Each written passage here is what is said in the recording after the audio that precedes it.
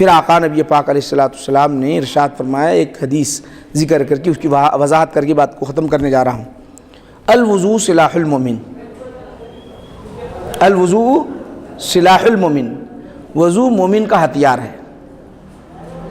ہتھیار بولے تو نوجوان بچے کیا سمجھیں گے؟ ہتھیار کا مطلب تلوار، چھریاں، بندوق، ہتھیار کا مطلب وہی ہے نا بھائی، سلاح المومن۔ دکھتا تو نہیں، ہتھیار تو نہیں نظر آ رہا، ہتھیار تو ہم اس کو بولتے، مگر ٹرانسلیشن تو وہی ہو رہا ہے، ترجمہ تو وہی ہو رہا ہے۔ قربان جائیں ہمارے اسلاف پر، ان کے سمجھانے کا کوئی انداز ہی نرالا ہوتا ہے۔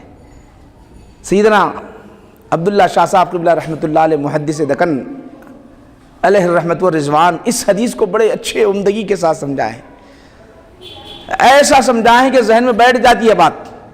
بزرگوں کی کتابوں کو پڑھو، بڑا مزہ آئے گا، آسان کر دیتے ہیں۔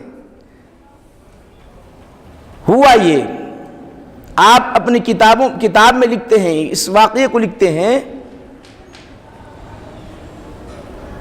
کہ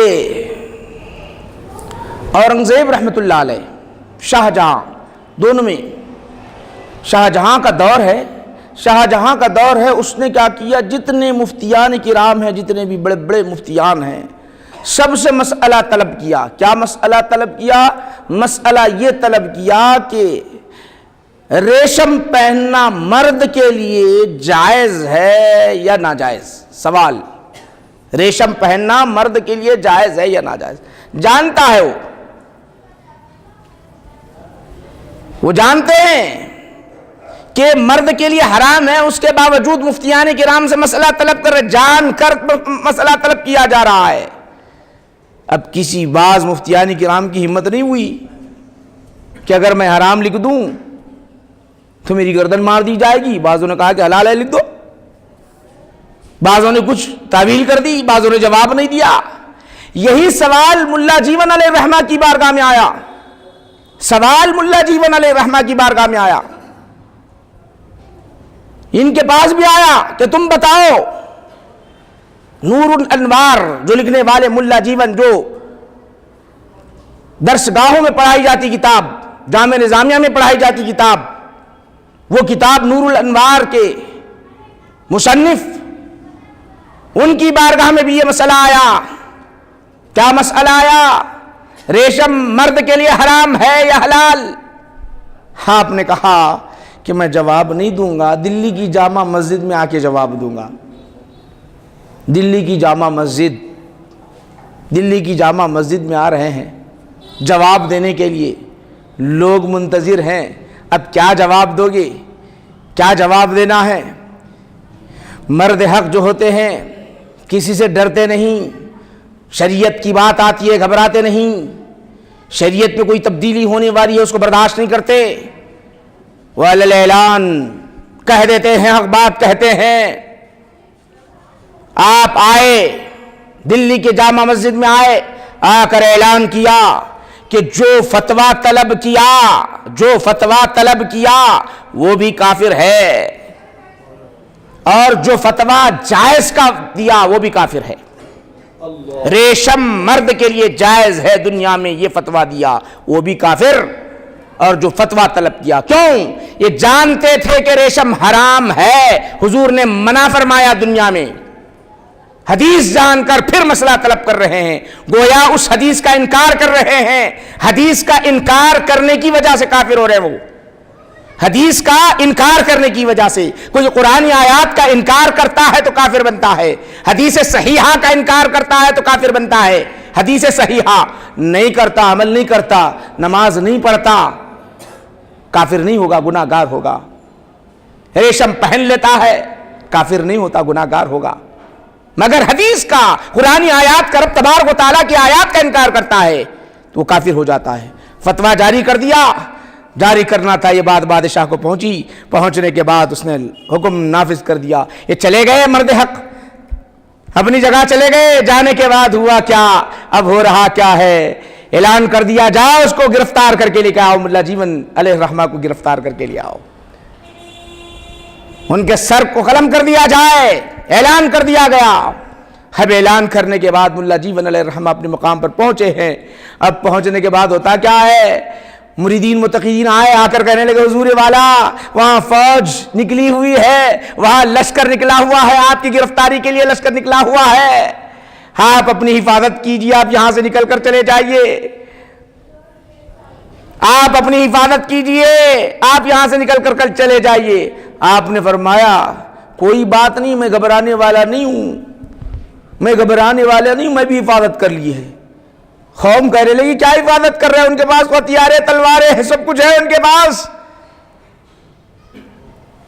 قید کو لے جانے کے لیے ساری چیزیں ان کے پاس, ہتھیاریں تلواریں ساری چیزوں کے ساتھ وہ آ رہے ہیں. آپ نے فرمایا میں بھی ہتھیار کے ساتھ ہوں. قوم نے پوچھا کہاں ہے ہتھیار, ایک چاقو بھی نظر نہیں آتا, کہاں ہے ہتھیار؟ اس وقت آپ فرماتے ہیں وہ ہتھیار کے ساتھ آ رہے ہیں, میں بھی تو اپنے ہتھیار کے ساتھ ہوں. میرے آقا نے فرمایا الوضوء سلاح المومن, وضو مومن کا ہتھیار ہے. اب میں وضو کے ساتھ ہوں, اب میں ہتھیار کے ساتھ ہوں. دیکھیں ظاہری ہتھیار کی طاقت زیادہ ہے, یہ میرے آقا کے فرمان, جو باطنی میرے آقا نے جو فرمایا ہے اس کی طاقت زیادہ ہے. ذرا دیکھ لینا چاہتا ہوں.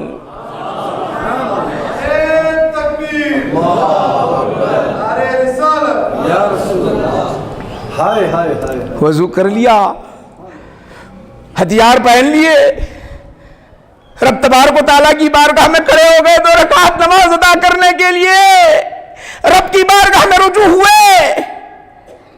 اب رب کی بارگاہ میں بندہ مومن جب رجوع ہو جاتا ہے, نماز پڑھنے لگتا ہے, رب تبارک و تعالیٰ فرماتا ہے بندے تو نماز تو پڑھتا چلا جا, تو مجھے مناتے چلے جا, میں تیرے لیے فرشتے حفاظت کے لیے اتار دیتا ہوں, میں تیرے لیے فرشتے حفاظت کے لیے اتار دیتا ہوں. فرشتے تیرے لیے دعائیں کرنے لگ جاتے ہیں, فرشتے تیرے لیے دعائیں کرنے لگ جاتے ہیں. اب ہوا یہ سلسلہ ادھر ہتھیاروں کا چل رہا ہے, یہ باطنی ہتھیار کا سلسلہ جاری ہے. ادھر بادشاہ کے قلب کے اندر گھبراہٹ شروع ہو گئی, خوف طاری ہو گیا. لوگ آ کر کہنے لگے حضور والا آپ جو حکم نافذ کیے ہیں قید کرنے کا, اگر ان کو قید کر دیا جائے, وہ تو مرد حق ہے, وہ اللہ والے ہیں, آپ کی حکومت اور سلطنت چلے جائے گی, آپ کی حکومت اور سلطنت چلے جائے گی. یہ باطنی ہتھیار کا پاور ایسا رہا کہ قلب پر اثر پڑ گیا. وہ جو فوج کو بھیجا تھا فوراً خدام کو بھیجا, جاؤ ان کو بلا کر لے کر آؤ, ہماری طاقتیں ماند پڑی ہے باطنی طاقت کے سامنے, ہتھیار کے سامنے. تو جانتے ہو الوضوء سلاح المومن, مومن کا میرے بھائیوں کیا ہے, بولو ہتھیار ہے, ہتھیار. اتنی بڑی نعمت ہے وضو, بہت بڑی نعمت, بہت بڑی نعمت ہے وضو. آپ جانتے ہو نبی پاک علیہ الصلوۃ والسلام معراج کے لیے جب تشریف لے گئے, جا کر واپس آئے, خواب کا بھی تذکرہ آتا ہے, حضور کو جنت بتا دی گئی, خواب کا بھی ذکر آتا ہے. تو حضور جنت میں جا رہے ہیں, ان سے پہلے سیدنا بلال رضی اللہ تعالیٰ عنہ آگے جا رہے ہیں, غلام بن کر خدمت کرنے کے طور پر کھڑاؤں کی. حضور ارشاد فرماتے ہیں بلال یہ نظارہ کیا, صبح ہوئی, حضور نے فرمایا بلال ادھر آؤ, میں نے جنت میں تمہارے کھڑاؤں کی آواز سنی ہے, میں نے جنت میں تمہارے کھڑاؤں کی آواز سنی ہے, چلنے کی آواز سنی ہے, تم عمل کیا کرتے ہو؟ عرض کرنے لگے یا رسول اللہ عمل جو آپ فرماتے ہیں وہی کرتا ہوں, عمل جو آپ فرماتے ہیں وہی کرتا ہوں. جب بھی وضو ٹوٹتا ہے وضو کر لیتا ہوں, جب بھی وضو ٹوٹ جاتا ہے وضو کر لیتا ہوں. آقا نے فرمایا وضو ٹوٹتا ہے تم وضو کرتے ہو, 2 رکعت نماز پڑھتے ہو, اس کے صلہ اللہ نے اس کا صلہ کیا دیا ہے تم جانتے ہو؟